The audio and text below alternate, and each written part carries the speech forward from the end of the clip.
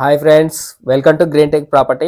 ఈ రోజు వచ్చేసి మన టాపిక్ ల్యాండ్ మెజర్మెంట్ గురించి. My name is Bhanuchander. ఈ రోజు మన టాపిక్ వచ్చేసి ల్యాండ్ మెజర్మెంట్. మనకు ఓపెన్ ప్లాట్ కానీ ల్యాండ్ కానీ కొలుచుకోవాలంటే మన దగ్గర ఒక టేప్ ఉంటే సరిపోతుంది. ఎవరి మీద పడవలసిన అవసరం లేదు.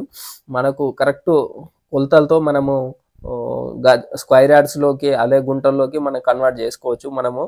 ఆ ల్యాండ్ ఏ విధంగా కొలవాలనో ఈ రోజు మీకు పూర్తిగా వివరంగా తెలుపుతాను. వీడియోని స్కిప్ చేయకుండా పూర్తిగా లాస్ట్ వరకు చూడండి. అదే విధంగా మన ఛానల్ లైక్ చేయండి, షేర్ చేయండి, సబ్స్క్రైబ్ చేసుకోండి.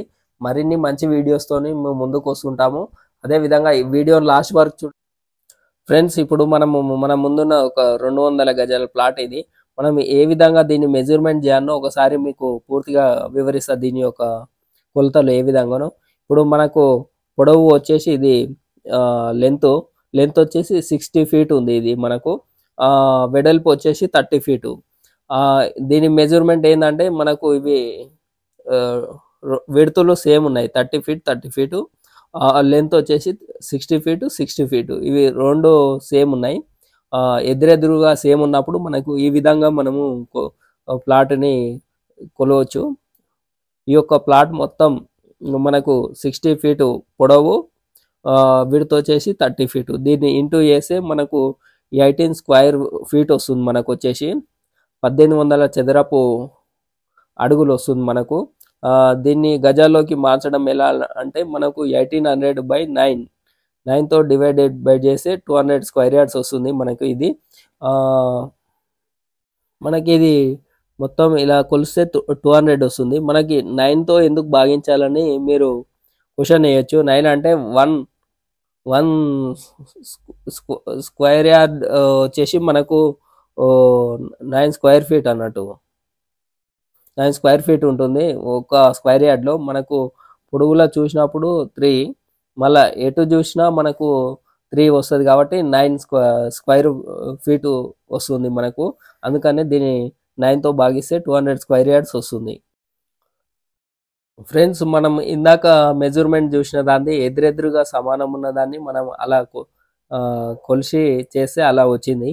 ఇప్పుడు ఎదురెదురుగా మనకు డిఫరెన్స్ ఉన్నప్పుడు ఏ విధంగా మనం మెజర్మెంట్ చేయాలో ఒక విధంగా తెలుసుకుందాం. ఇప్పుడు ఇది చాలా ఇంపార్టెంట్. ఇలా మనకు అన్ని ల్యాండ్లు సమానంగా ఉన్నాయి కదా, కొంచెం తేడాలు ఉంటాయి కదా. ఆ తేడాలు ఉన్నప్పుడు ఏ విధంగా మనం మెజర్ చేయాలో ఒకసారి పూర్తిగా తెలుసుకుందాం. ఈ యొక్క ప్లాట్ మనకు చూసినట్టయితే ఇది పొడవు వచ్చేసి 42 ఫీట్స్ ఉంది. ఇక్కడ విడ్త్ వచ్చేసి 33 ఉంది. దీన్ని మనం ఎలా మెజర్ చేయాలో ఒకసారి తెలుసుకుందాం. ఇక్కడ వరకు మనకు 36 ఉంది. ఇది మనకు 36 ఇది. ఇక్కడ వరకు 36 వస్తుంది. ఇది వచ్చేసి 42. దీన్ని ఎలా మెజర్ చేయాలో ఒకసారి మనం పూర్తిగా తెలుసుకుందాం. మనకు 2 మెథడ్స్ ఉన్నాయి దీన్ని కొలవనీకి. ఫస్ట్ మెథడ్ చూద్దాం మనం. క్యాలిక్యులేషన్ 1 మనం చూసుకుంటే లెంత్ వచ్చేసి 42. మనకు ఇది లెంత్ 42. మనకు ఇటు సైడ్ లెంత్ వచ్చేసి 36 ఉంది మనకు ఎదురెదురుగా. ఇది 42, 36. దీన్ని ఎలా కొలవాలో ఒకసారి మనం చూద్దాం. 42 + 36 = 78. ఈ రెండు ప్లస్ చేయాలి. మనకు చేస్తే 78 వస్తుంది. మళ్ళీ 78ని ఏం చేయాలి? 78/2 అంటే దీని బై 2 2 భాగాలుగా చేయాలి. చేస్తే 39 స్క్వేర్ ఫీట్స్ వస్తుంది మనకి. 39 ఇలాగానే పెట్టి మనకి ఇక్కడ రాసుకున్నాం మనం 39.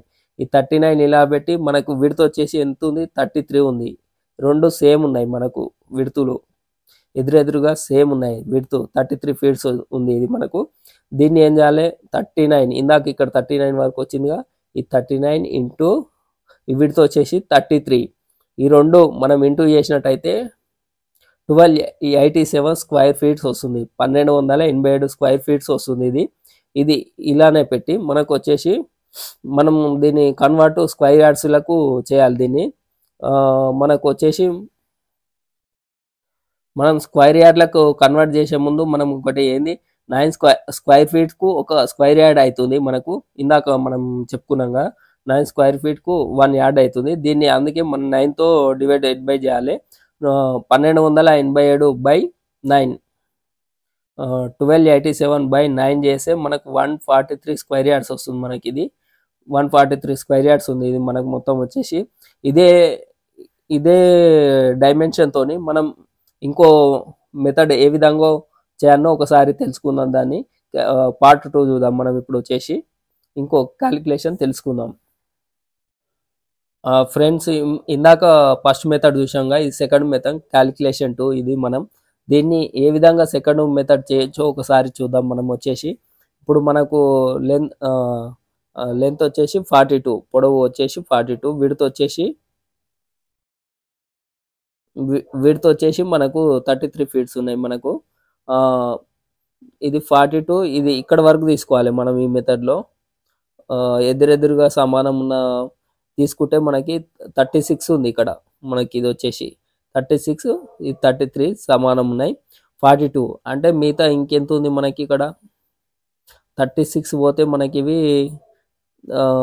6 ఫీట్స్ ఉంటాయి మనకి. ఇవి 6 ఫీట్ ఉంది మనకి ఇక్కడ పైన. ఇప్పుడు మనం ఫస్ట్ పార్ట్ 1, దీని 1, ఇది 2గా విభజించుకోవాలి ఇక్కడ వరకు. ఇది సమానం ఉన్నాయి. మనకు ఒకసారి ఫస్ట్ క్యాలిక్యులేషన్ చేసుకొని తర్వాత దీని లంబకోణ త్రిభుజం ఇది, అంటే త్రిభుజం సగం ఉంది కదా, లంబకోణ త్రిభుజంలో మనం ఇది క్యాలిక్యులేషన్ చేసుకోవాలి. మనకు ఫస్ట్ వచ్చేసి 36, ఇది 36 సమానం కాబట్టి ఒకటే తీసుకొని 36, విడ్త్ వచ్చేసి మనకు 33. ఈ రెండు ఇంటూ చేస్తే మనకు వచ్చేసి 1188 స్క్వేర్ ఫీట్స్ వస్తుంది. ఇది మనకు 1188 స్క్వేర్ ఫీట్ వస్తుంది. మళ్ళా ఇప్పుడు సెకండ్ క్యాలిక్యులేషన్, మనకి క్యాలిక్యులేషన్ సెకండ్ తీసుకుంటే హాఫ్, మనం క్యాలిక్యులేషన్ సెకండ్ తీసుకుంటే మనకి ఇది సెకండ్ తీసుకుంటే మనకి ఇది త్రిభుజంలో లంబకోణ త్రిభుజం ఇది మనకి హాఫ్. మనకి ఇది హాఫ్ ఇంటూ భూమి ఇంటూ ఎత్తు, ఈ విధంగా చేస్తే మనకి ఇది క్యాలిక్యులేషన్ వస్తుంది మీది. ఇంకా మనకు 1/2 హాఫ్ ఇంటూ ఇక్కడ మనకు 6 ఉంది కదా ఈ ప్లేసు, 6 ఇంటూ 6 మళ్ళా ఇంటూ మనకి ఏంది ఇది భూమి ఎత్తు వచ్చేసి మనకి ఇది 33 ఉంది. ఈ 33 మనకి ఇప్పుడు ఇంటూ చేయాలి.